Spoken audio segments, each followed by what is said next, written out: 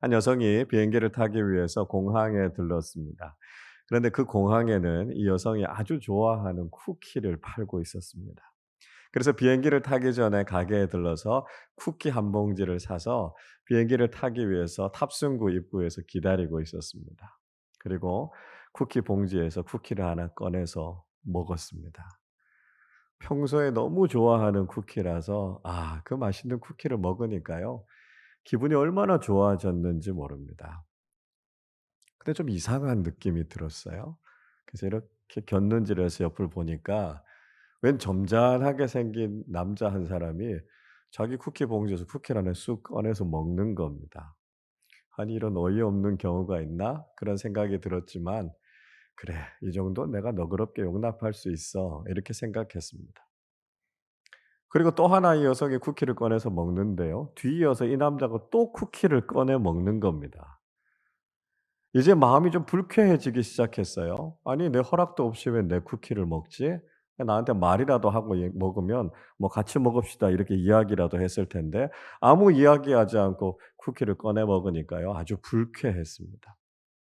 그리고 이 여성이 또 하나 쿠키를 꺼내서 먹는데 뒤이어서 이 남자가 또 쿠키를 꺼내는 겁니다. '아 이제는 진짜 못 참겠다.' 이런 생각이 들어서 아주 불쾌한 표정을 지으면서 쿠키 봉지를 빼앗듯이 확 쥐고는 비행기를 타러 가 버렸습니다. 비행기에 자기 자리에 가서 이 쿠키 봉지를 의자 앞에 놓고요. 짐칸에 자기 짐을 실으려고 하다가 이 짐칸 안에 있는 그 가방 안에 있는 짐을 하나 좀 꺼내야 되겠다. 그러고 가방을 열었는데 자기 가방 안에 쿠키 봉지가 그대로 들어 있었습니다. 이게 어떻게 된 걸까요? 그러니까 이 여성이 먹었던 쿠키는 자기 쿠키가 아니었고요. 그 남자의 쿠키였습니다. 쿠키 봉지가 똑같이 생겼으니까요. 자기 쿠키를 먹는다고 생각했는데 사실은 이 남자 거였습니다. 그러니까 자기가 그 남자의 쿠키를 먹고 있었는데 그 남자가 자기 쿠키를 먹고 있다고 오해를 한 것이죠. 그리고 그 남자의 쿠키 봉지를 그냥 봉지째 자신이 가지고 와 버린 겁니다. 그러니까 진짜 무례한 사람은 그 남자가 아니라 바로 자기 자신이었던 거죠. 오히려 그 남자는 자기 쿠키를 이 여자가 먹을 때도 아무런 말하지 않았고요. 그 쿠키를 봉지째 가지고 가도 전혀 문제 삼지 않았다는 것입니다. 뒤늦게 이 여성은 '아 자기 잘못이었구나.'라고 하는 것을 깨닫고 얼마나 미안하고 부끄러웠는지 모릅니다. 여러분 어떠세요? 혹시 이런 비슷한 경험이 있으십니까? 내 게 아닌데 내 거라고 생각해서 혹시 다른 사람들에게 실수를 하거나 신뢰를 범한 적은 없으십니까? 이런 경우가 있으면 진짜 민망한 경우죠. 근데 문제는 뭐냐 하면 우리가 자기가 실수했다라고 하는 것, 자신이 잘못했다라고 하는 것을 좀처럼 잘 인정하지 않는다는 겁니다. 우리가 살아가면서 갈등이나 다툼 같은 것들이 많이 일어나지 않습니까? 왜 그 다툼과 갈등이 일어나나 가만히 생각해 보면 나는 틀리지 않았고요. 다른 사람이 잘못됐다라고 생각하기 때문에 자꾸 이런 문제들이 일어나는 것이죠. 여러분 다툼과 갈등을 해결하는 방법 아주 간단합니다. 내가 잘못했을 때 "내가 잘못했다. 미안하다." 인정하고 사과하기만 하면 이 문제는요 굉장히 쉽게 풀어지는 것을 경험하게 됩니다. 내가 잘못해서 교통사고가 났어요. 그러면 빨리 내려서 "괜찮으십니까? 다치지 않으셨습니까? 사고 처리 빨리 잘하겠습니다." 이렇게 이야기하면 쉽게 해결이 되는 겁니다.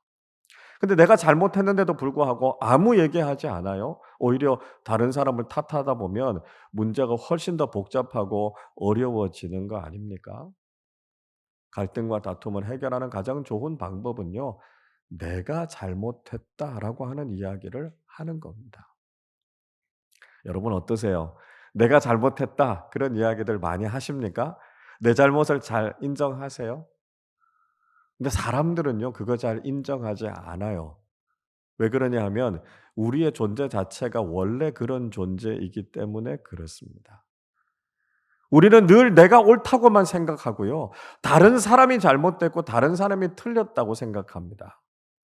더 나아가서는 내가 중심이 되려고 하고요. 내 입장에서 모든 걸 다 판단해 버리죠. "내가 보니까 그거 잘못됐다." 이렇게 이야기한다는 거예요.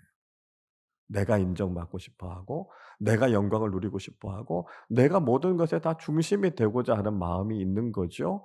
이걸 가리켜서 자기 중심성이라고 이야기합니다.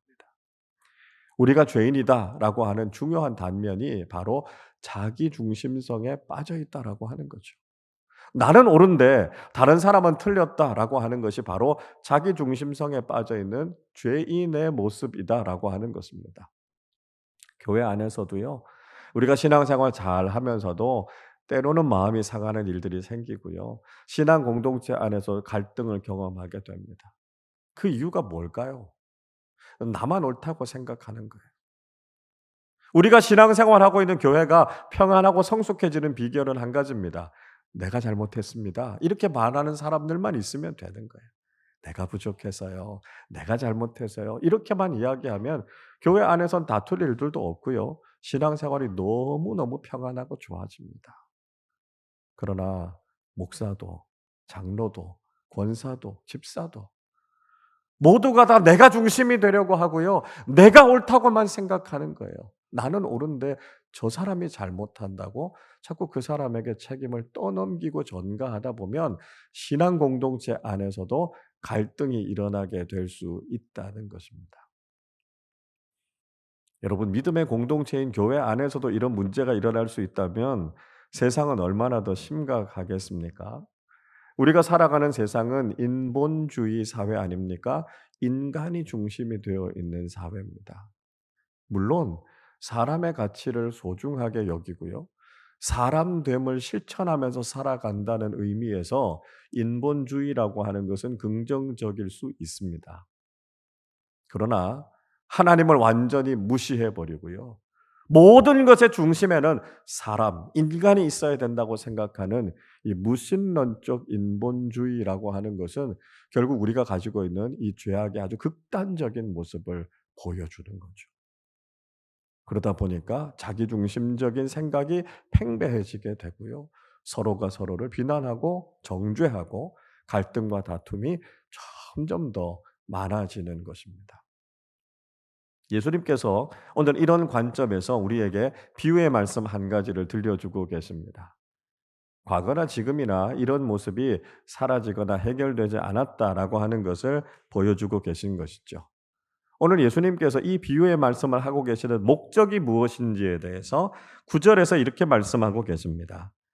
또 자기를 의롭다고 믿고 다른 사람을 멸시하는 자들에게 이 비유로 말씀하시되 이렇게 말씀하죠. 자기는 의롭다고 생각해요. 그래서 다른 사람들을 무시하고 정죄하고 판단하는 사람들을 향해서 예수님께서 지금 이 비유의 말씀을 하고 계신다는 것입니다.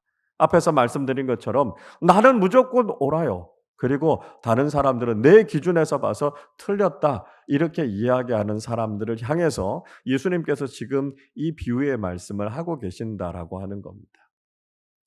예수님의 비유에 두 사람이 등장하죠. 이 두 사람은 당시 사회에서 아주 대조적인 삶을 살아가고 있었던 두 부류의 사람들이었습니다. 10절을 보십시오.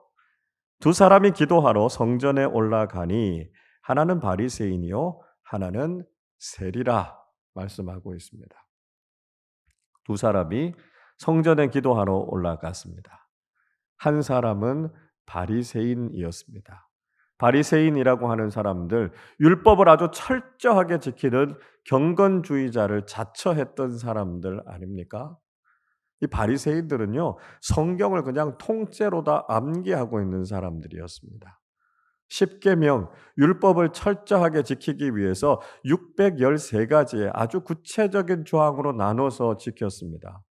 하라는 조항 248가지, 하지 말라는 조항 365가지. 이렇게 구체적으로 조항들을 다 나누어서 율법 하나라도 어기지 않기 위해서 아주 철저하게 자신의 삶을 규제하고 통제했던 사람들이 바로 이 바리새인들이었습니다. 그래서 그랬는지 그들은 나름대로 많은 사람들의 존경을 받던 사람들이었고요. 유대 사회에서는 상당한 영향력과 권력을 가지고 있었던 사람들이 바로 이 바리새인들이었습니다. 그런데 이들은 너무 교만한 사람이어서 다른 사람들을 쉽게 판단하고 정죄하고 비난하는 모습을 가지고 있었습니다. 또 다른 한 부류의 사람은 세리였습니다. 세리는 우리가 잘 아는 것처럼 당시에 많은 사람들에게 매국노 취급을 받는 사람들이었습니다. 자기 동족들에게서 세금을 수탈해서 지배국인 로마에 갖다 바치고 남는 것을 착복한 거죠. 근데 세리가 얼마만큼의 세금을 거둘 것인가? 이건 세리들이 결정하는 것이었습니다. 로마 제국은 요구했던 세금만큼만 받으면 됐으니까요. 세리들이 얼마의 세금을 거두는가 일절 관여하지 않았습니다. 그러니까 대부분의 세리들은 상당히 많은 세금을 거두어서 일부만 로마 제국에 바치고 나머지는 자신들이 다 가졌던 거죠. 그렇게 불의하고 부정직한 방법으로 대부분의 세리들은 다 부유한 삶을 살았습니다. 그러다 보니까 이 세리들은 동족들의 미움을 샀고요. 당시에 창기들과 함께 대표적인 죄인의 부류로 해당됐던 사람들이 바로 이 세리들이었습니다.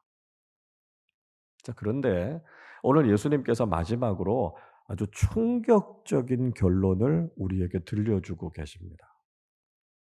14절 말씀을 우리 같이 읽어보겠습니다.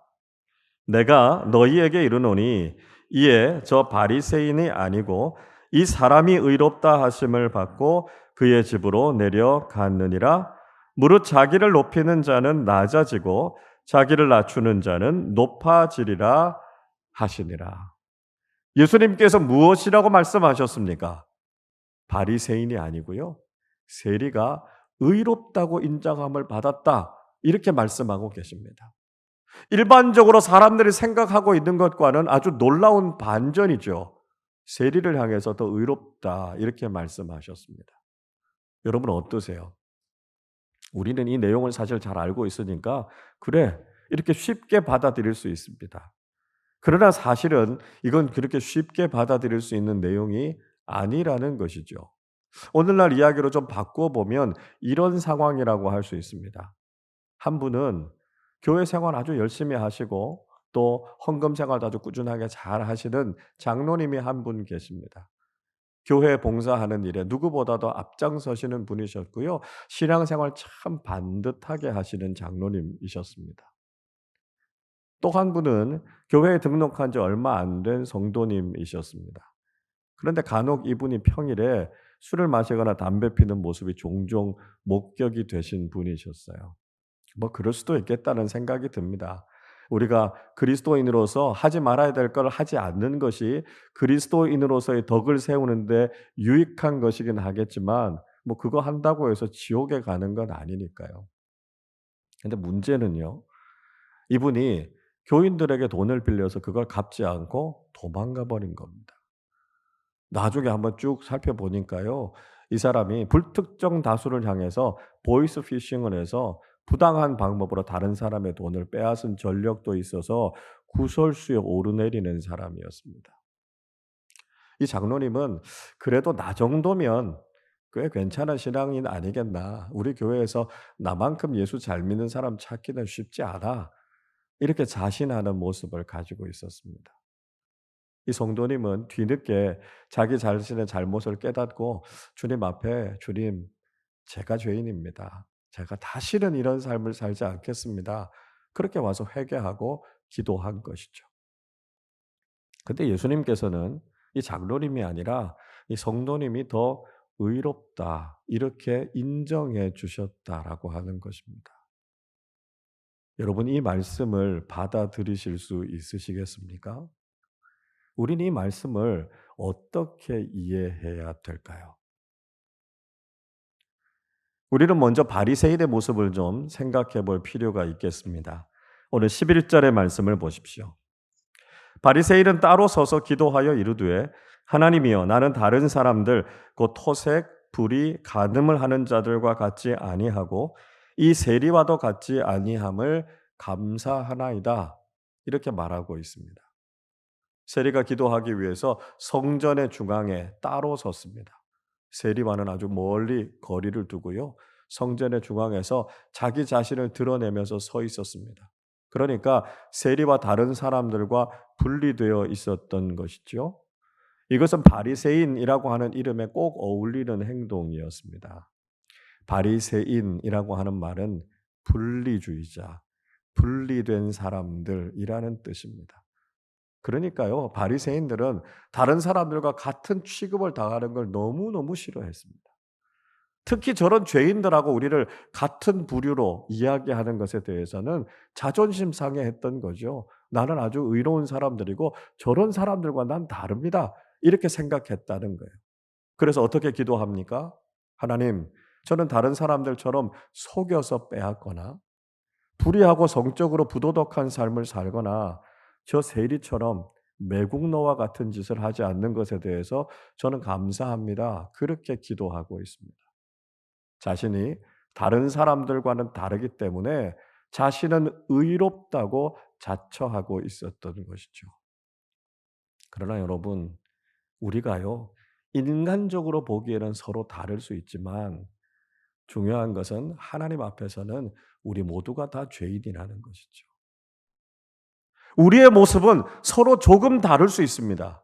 그러나 선하시고 완전하신 하나님 앞에서 우리는 모두가 다 진노의 대상이라는 것이죠. 누가 더 옳고 누가 더 의로운가라고 하는 것을 이야기하는 것은 하나님 앞에서 그저 도토리 키재기에 불과하다는 것입니다. 인간적으로 조금 차이가 있다고 해서 우리가 근본적으로 다른 게 아니에요. 우리는 모두 하나님 앞에 죄인이라는 것이죠. 그래서 인간적인 차이가 아니라 우리가 하나님 앞에서 죄 사함을 받아야 할 죄인이다라고 하는 것을 우리는 모두 다 알아야 한다는 것입니다. 더 나아가서 이 바리새인은 하나님 앞에서도 아주 당당한 모습을 가졌습니다. 12절을 보십시오. 나는 일해에 2번씩 금식하고 또 소득의 11조를 드리나이다. 바리새인은 하나님 앞에서 저는 일주일에 2번씩 금식하고 하나님 앞에 철저하게 11조를 드립니다. 이렇게 이야기하고 있습니다. 그러니까 자신이 아주 의롭고 경건한 신앙생활을 하고 있다라고 하는 것을 하나님 앞에서 자랑하고 있습니다. 이 정도로 율법을 철저히 지키고 이 정도로 신앙인으로서 열심히 살아가면 저 정도면 구원받을 사람이지 않습니까? 라고 하는 것을 이야기하고 있습니다. 이 바리새인의 문제가 무엇입니까? 예수님이 필요하지 않았다는 것입니다. 그는 예수님을 믿어서 구원을 받는 것이 아니라 자기 자신의 의로운 행위로 구원을 받는다고 생각했다는 것입니다. 구원은 하나님을 믿어서 받는 것이고요. 예수 그리스도의 십자가의 은혜를 통해서 죄사함의 은총을 경험하는 것 아닙니까? 그런데 이 바리새인은 그런 믿음이 없었습니다. 그는 예수를 믿지 않았고요. 자기 자신의 행위를 통해서 구원받을 수 있다고 생각했습니다. 예수님을 믿지 않는 사람들 구원의 가능성이 없는 것이죠. 자기 스스로의 노력을 통해서 구원받을 수 있다라고 생각하는 것은 아주 심각한 오류라는 것입니다. 자기를 긍정하는 삶이라고 하는 것은 하나님 없이도 구원받을 수 있다고 생각하는 것이고요. 예수님의 은혜가 없이도 천국에 들어갈 수 있다고 생각하는 것이니까 이건 아주 잘못된 신앙의 모습입니다. 여러분, 예수님이 필요하지 않다고 생각하는 사람은 진정한 신앙인이라고 할 수 없습니다. 예수님께서 세관에서 세금을 받고 있었던 레위를 제자로 부르지 않으셨습니까? 그리고 레위의 집에 들어가셔서 죄인들과 함께 식사하셨습니다. 그 모습을 보고 바리새인들이 아주 못마땅하게 여겼죠. 그때 예수님께서 마가복음 2장 17절에서 이렇게 말씀하셨습니다. 예수께서 들으시고 그들에게 이르시되 건강한 자에게는 의사가 쓸데없고 병든 자에게라야 쓸데있느니라. 나는 의인을 부르러 온 것이 아니요 죄인을 부르러 왔노라 하시니라. 예수님께서는 건강한 사람들, 아니 정확하게 표현하면 건강하다고 착각하고 있는 사람들은 의사가 필요하다고 생각하지 않는다는 것입니다. 그래서 결국은 자기 안에 병을 키우다가 그 병 때문에 죽게 되지 않습니까? 그러나 자신의 약함을 아는 사람들, 자신의 병을 인정하는 사람들은 의사가 필요하다는 걸 안다는 것이지요. 그리고 의사의 도움을 통해서 결국은 자신의 병을 치유하게 된다는 것입니다. 이 바리새인의 문제는 무엇입니까? 자신에게는 아무 문제가 없다는 거예요.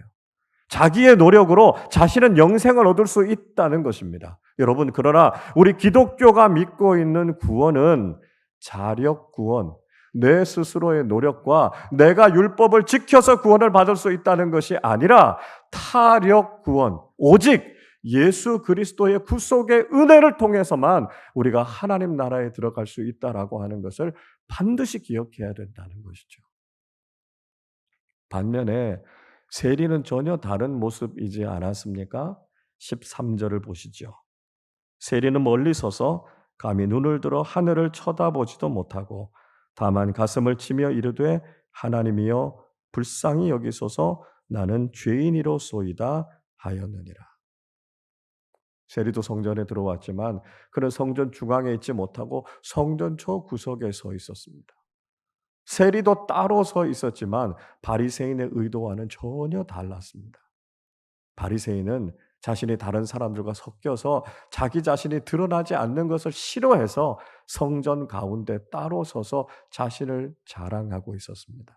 그러나 세리는 감히 하나님 앞에 나오지 못하고 자신의 부끄러운 모습 때문에 성전 한쪽 구석에서 하나님 앞에 기도했습니다.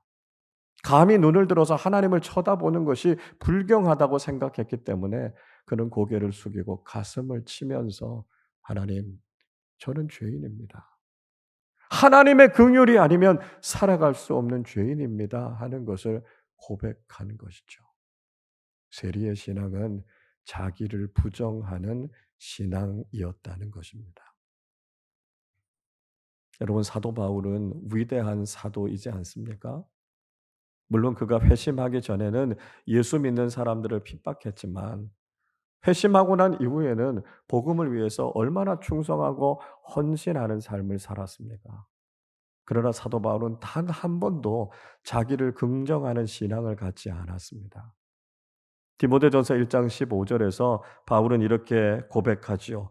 mit보다 모든 사람이 받을 만한 이 말이요 그리스도 예수께서 죄인을 구원하시려고 세상에 임하셨다 하였도다. 죄인 중에 내가 괴순이라.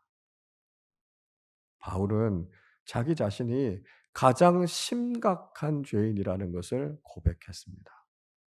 자신이 아무리 위대한 사도라 할지라도 자신이 예수님의 복음을 위해서 아무리 충성하고 헌신하는 삶을 산다 할지라도 자신이 죄인이라고 하는 그 사실은 조금도 변함이 없다는 것이죠. 하나님의 긍휼의 은혜가 없으면 예수 그리스도의 십자가의 은총이 없으면 자신도 구원받지 못하고 하나님께 쓰임받지 못하는 어찌할 수 없는 죄인이라고 하는 고백이 사도 바울에게도 있었던 것이죠. 여러분, 우리에게도 그것이 필요합니다. 내가 의롭고 다른 사람들보다 더 낫다고 자신하는 것이 아니라 우리도 죄인 중에 가장 심각한 죄인이고 하나님께서 우리를 불쌍히 여겨주시지 않고 예수 그리스도의 십자가의 은혜가 없다면 우리도 구원받지 못할 죄인임을 고백하게 될 때 우리는 참된 신앙인이 된다는 것이죠. 예수님께서는 그래서 바리새인이 아니라 세리가 더 의롭다고 인정해 주셨다는 것입니다. 여러분, 그러나 오해하지 마십시오. 예수님께서는 세리의 삶을 긍정했다는 것이 아닙니다. 다른 사람을 속이고 다른 것을 빼앗고 불의한 삶을 살아가는 것 그 자체를 긍정하셨다는 것이 아닙니다. 바리새인들이 살았던 경건의 삶 그 자체를 문제 삼으셨던 것이 아니었고요. 그들이 하나님 앞에서 당당한 모습, 자기 긍정의 삶을 살았던 그 신앙의 태도에 대해서 예수님께서 문제 삼으셨던 것이죠. 예수님께서 이 세리를 향해서 의롭다고 인정해 주셨던 것은 세리의 삶을 긍정하셨다는 것이 아니고요.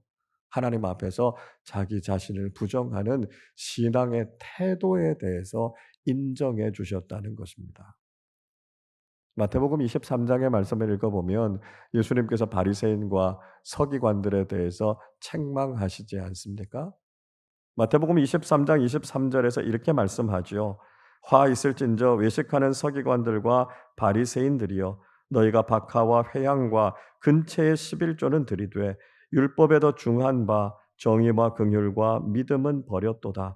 그러나 이것도 행하고 저것도 버리지 말아야 할지니라 말씀하셨습니다. 예수님께서는 바리새인들을 향해서 외식하는 신앙인, 위선적인 신앙인들이라고 책망하셨습니다.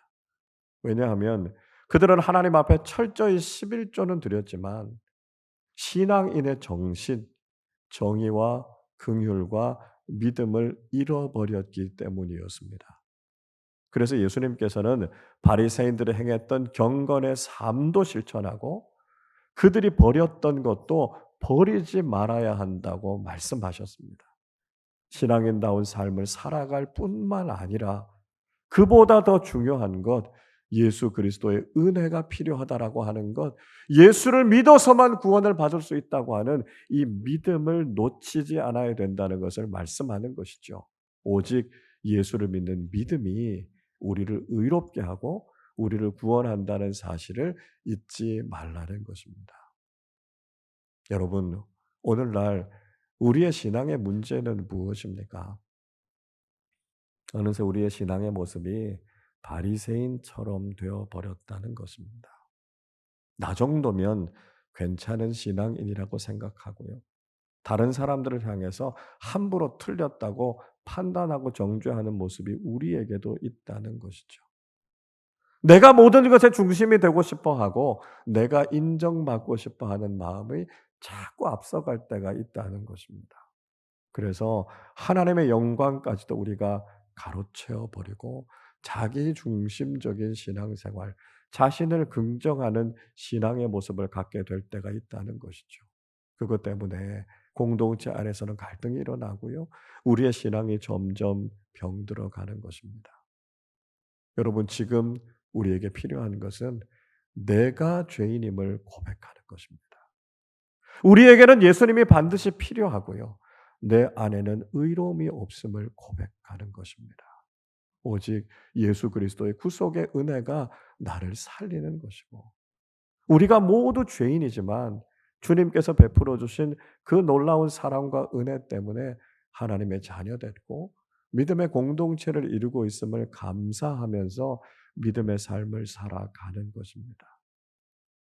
내가 나를 긍정하는 것이 아니라 자기를 부정하는 신앙, 죄악된 자기 자신의 자아를 죽이고 오직 예수 그리스도의 생명으로 살아가기를 고백하는 사람들만이 진정한 그리스도인으로, 진정한 신앙인으로 살아갈 수 있다는 것을 잊지 마시기를 바랍니다. 자기 긍정의 삶을 내려놓고 죄악된 자기 자신을 부정하고 자신의 죄인됨을 고백함을 통해서 주님께서 옳다고 의롭다고 인정해 주시는 참된 그리스도인으로 살아가시기를 주님의 이름으로 축원합니다. 기도하겠습니다.